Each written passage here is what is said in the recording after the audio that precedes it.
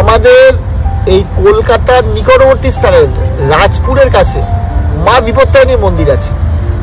বেশ কয়েকটা বিপত্তারিণী মন্দির দেখা যায়, তবে রাজপুরের ওই বিপত্তারিণী মন্দির খুব ফেমাস।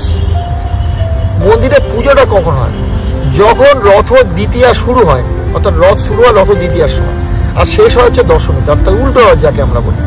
এই দুটো রথের মাঝখানে যে মঙ্গলবার এবং শনিবারটা পড়ে, একটা মঙ্গলবার পড়বে একটা শনিবার পড়বে, সেই একটা মঙ্গলবার এবং একটা শনিবারে কিন্তু এই পূজাটা হয়, বিপত্তারিণী পূজা। অর্থাৎ বিপদ থেকে যিনি রক্ষা করেন, তারণ করা মানে রক্ষা করা, বিপদ থেকে যিনি রক্ষা করেন। এই সময় লাল ডোর বাঁধে বিপত্তারিণীর সময়, পুজোর সময় মা বিপত্তারিণীর নাম করে যদি আপনারা ওই যে লাল কার, সেটা যদি 13টা সুতো নেন আর যদি 13 বার গিট দেন মা বিপত্তারিণীর নাম বলতে বলতে, আর যদি এখানে বেঁধে দেন আপনার বা আপনার পরিবারের কাউকে, যদি মঙ্গল কামনা করে বেঁধে দেন, তাহলে ডেফিনেটলি সারা বছরটা বিপদ থেকে আপনি রক্ষা পাবেন। 13টা ফল দেবেন মাকে, 13 রকমের ফুল দেবেন, ডেফিনেটলি আপনার বিপদ সারা বছর খুব ভালো যাবে।